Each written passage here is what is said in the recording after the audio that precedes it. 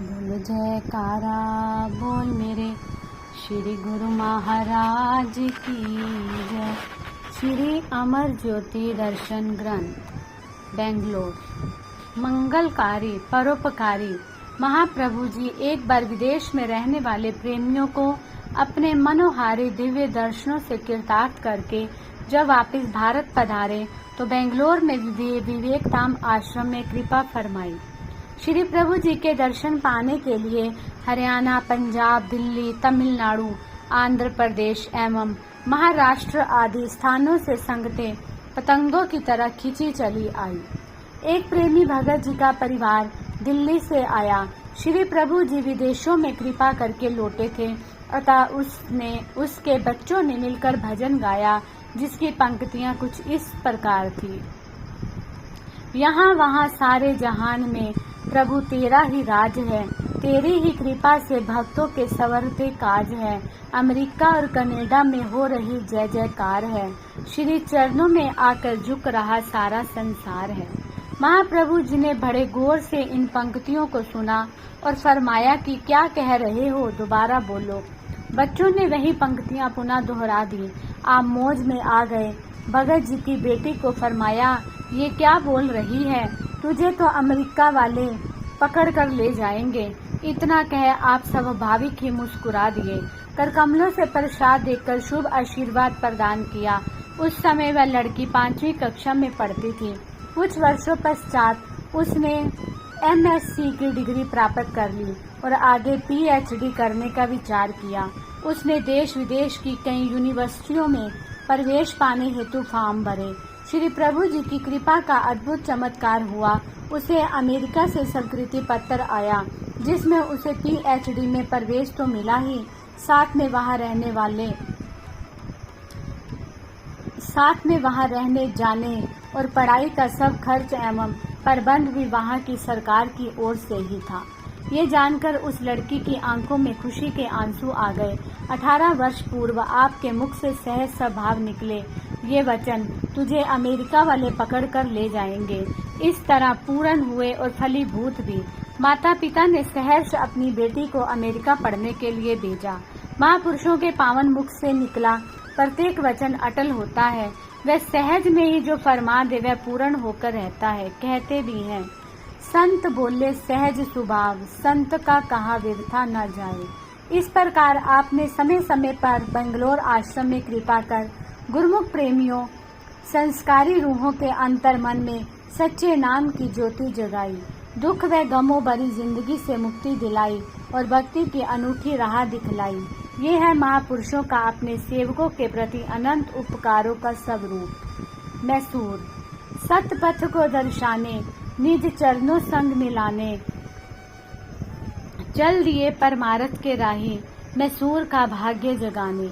श्री सद्गुरुदेव जी महाराज ने सन 1974 में जब प्रथम बार बेंगलोर में कृपा फरमाई तो मैसूर धरती के भाग्य भी जगाए। यहाँ के कण कण में हर्ष समा गया। संपूर्ण वातावरण सुगंधित हो उठा। महापुरुषों की चरण रज का दिव्य स्पर्श पाकर यहाँ के प्राकृतिक सौंदर्य में 4 चांद लग गए। कुछ सेवकों के संग यहाँ के प्रसिद्ध वृंदावन गार्डन में जब आपने चरण रखे तो वहाँ की शोभा में अद्भुत निखार आ गया। आप उन्हें प्रकृति के सौंदर्य को दिखाते हुए भक्ति के रहस्य समझाने लगे। एक फूलों के बगीचे में विराजमान होकर भगत प्रेमियों को फरमाया, यहाँ के फूलों की अलग ही पहचान है। इनकी सुंदरता और महक हर एक इंसान के दिल में सुकून भर रही है। यहाँ स्थान स्थान पर पहाड़ियों से बहते हुए झरने भी दिल और दिमाग को तरोताजा कर देते हैं। ये किस कारण से? ये सब यहाँ की जलवायु और वातावरण का प्रभाव है। कुदरत के इन करिश्मों को देखकर बुद्धि आश्चर्यचकित रह जाती है। हर क्षेत्र में एक तरफ तो गर्मी का मौसम बना होता है तो दूसरी तरफ ठंडक देने के लिए पर्वतीय स्थान। इन स्थानों पर जो फूल और फल पैदा होते हैं वे गर्म स्थानों पर नहीं उग सकते। जैसे नारियल अधिकतर समुद्र के किनारे फलते हैं, अगर उन्हें मैदानी क्षेत्र में लगा दिया जाए तो वह नहीं फलेंगे। केसर के बगीचे कश्मीर की घाटियों में ही देखने को मिलते हैं। गुरुमुखों, संत महापुरुष भक्तों के लिए भक्ति का महकता बगीचा उसी स्थान पर लगाते हैं यहाँ पर पहुंचकर गुरुमुख नित्य प्रति लाभ उठा सके। वह बगीचा क्या है? वह है श्री परमहंस अद्वैत मत का श्री अनंतपुर सत्संग आश्रम। वहाँ का जलवायु एवं वातावरण भजन ध्यान सेवा सत्संग के भरपूर होने के कारण आत्म आनंद का दाता है। वहाँ पर भक्ति की महक विद्यमान होने से हृदय में प्रभु मिलन की चाह उत्पन्न होती है, अर्थात अंतर मन में भक्ति व्याप्त होने लगती है। ये बाहर के जितने भी दृश्य एवं कुदरत के नज़ारे हैं वह सब कई गुना अधिक सौंदर्य लिए हुए हमारे अंतर मन में है। महापुरुष इसीलिए चिताते हैं और समझाते हैं कि इन ब्रह्म नज़ारों में खो मत जाओ, अपने अंदर में झांको और दिव्य आनंद की प्राप्ति करो। इसके पश्चात आप सबके साथ एक झील के समीप पहुंचे। इस झील में कुछ लोग पैडल से चलने वाली छोटी नौका चला रहे थे। सेफ्टी जैकेट पहने हुए उसे पांवों से चला रहे थे और झील में सैर करने का आनंद ले रहे थे। आपने मौज में आकर दो भक्तों को फरमाया, झील में जाकर इस पैडल वाली नौका में बैठकर सैर करो। श्री आज्ञा शिरोधार्य कर उन भगत ने 2 टिकटें ली और झील में खड़ी उस नौका में बैठ गए। उन्हें ये हिदायत दी गई थी कि अपने दोनों पांव पैडल पर रखकर एक साथ ही चलाना।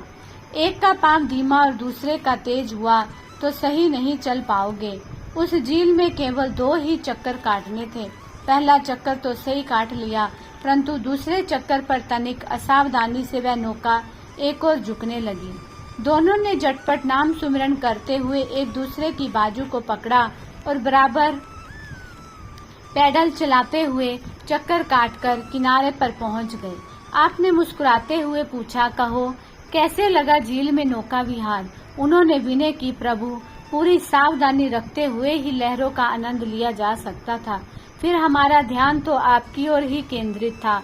आप एक ओर जाकर एक शिला पर विराजमान हो गए और सब भक्तों को फरमाया, महापुरुष भजन भक्ति और सुमिरन की सब युक्तियां समझा देते हैं।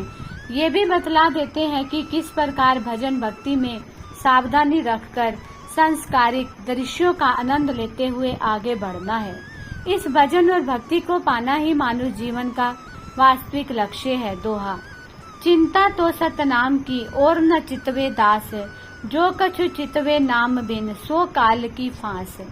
गुरुमुख को केवल सुमिरन भजन का ही ख्याल होना चाहिए, क्योंकि इसके अतिरिक्त सारा काल और माया का पसारा है। इसलिए महापुरुष जिस युक्ति पर चलकर भजन भक्ति करने का आदेश देते हैं उस पर चलना ही जीव का कर्तव्य है। ये दुनिया सैरगाह है, इसमें सैर करते हुए अपने लक्ष्य को पाना ही मानव जीवन की साधना है। उसके पश्चात जब भी आप बेंगलोर कृपा करते तो कभी कभी प्रेमियों के आग्रह पर मैसूर को भी कृतार्थ करते। अपनी दूरदरगाही मौज अनुसार भक्ति के अभिलाषी रूहों को आत्मोन्नति का मार्ग दर्शाने आप 12 मई सन 1995 को भगत रूपचंद जी की विनय पर उसके घर पधारे। साक्षात पार ब्रह्म को सम्मुख पाकर भगत जी की खुशी का कोई पारावार न था। प्रेमा अश्रु थमने का नाम न ले रहे थे। आपने श्री प्रवचन फरमाए, जिस प्रकार डॉक्टर की दवाई के सेवन बिना रोगी का शरीर स्वस्थ नहीं होता है, उसी प्रकार संत महापुरुष जो रूहानी डॉक्टर होते हैं उनके द्वारा दिए गए नाम के जपने से तन और मन की व्याधि नहीं व्याप्ति।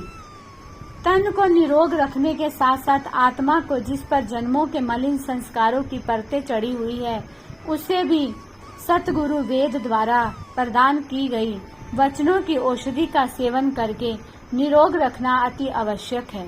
कहा भी है दोहा, सत नाम निज औषधि सतगुरु दई बताए, औषधि खाए रू पथ रहे ताकि बेदन जाए। सतपुरुष ही आत्मा को परमात्मा से मिलाने का सब साधन जुटाते हैं। जो उनकी चरण शरण में आकर उनके द्वारा निर्दिष्ट मार्ग पर चलते हैं, वचनों का अक्षरशः पालन करते हैं, वे सभी कष्ट कठिनाइयों को पार करके अपनी मंजिल मकसूद को पाकर मालिक की प्रसन्नता को प्राप्त कर लेते हैं। श्री वचनों की अमोलक दात को पाकर गुरुमुखों का हृदय शीतल शांत हो गया। भक्तों ने प्रेम भक्ति से पूर्ण भजन बोले। आपने सबको आशीर्वाद प्रदान कर निहाल किया। तत्पश्चात महाप्रभु जी कुछ महात्मा जनों एवं भक्तों सहित वृंदावन गार्डन में पधारे। वहाँ म्यूजिकल फव्वारे चल रहे थे। आपने फरमाया कि ये फव्वारे म्यूजिक संगीत से दर्शकों को आकर्षित कर आनंदित करते हैं। ऐसे ही अंतर में अनाहत नाद सुनने से दिव्य आनंद से आत्मा झूमती है। प्रकृति के हर रंग में अंतर में झांकने के संकेत मिलते हैं। यहाँ से वापस आकर आपकी मैसूर में सत्संग आश्रम बनाने की मौज हुई। भाई ध्यान शांतानंद जी एवं वहाँ के प्रमुख भक्तों को पास बुलाकर फरमाया कि ऐसी कोई जगह देखो जो बस स्टैंड और रेलवे स्टेशन के पास हो, ताकि संगत को आने जाने में पूर्ण सुविधा प्राप्त हो सके। श्री आज्ञानुसार एक स्थान को आश्रम के लिए सर्वथा उचित जानकर खरीद लिया गया। नीचे श्री मंदिर और ऊपर चौबारे का निर्माण कार्य आरंभ हो गया। दिन के समय मजदूर निर्माण कार्य में लगे रहते। गुरुमुख सेवकों का ये नियम था कि निर्माण कार्य के लिए सीमेंट का मसाला बनाने के लिए सब सामान रात्रि समय तैयार करके जाते। एक दिन संयोग कुछ ऐसा बना कि मजदूरों की हड़ताल हो गई और वह सुबह काम पर ना आए।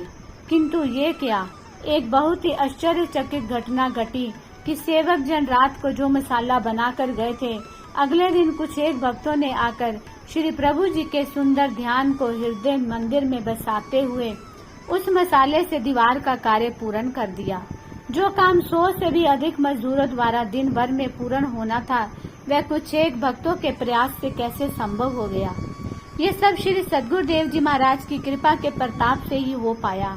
आप अंदर ही अंदर गुप्त रूप से सेवक के तन मन में ऐसी स्फूर्ति भर देते कि सेवक को थकावट भी ना होती और महीनों का काम दिनों में और दिनों का काम कुछ ही घंटों में हो जाता।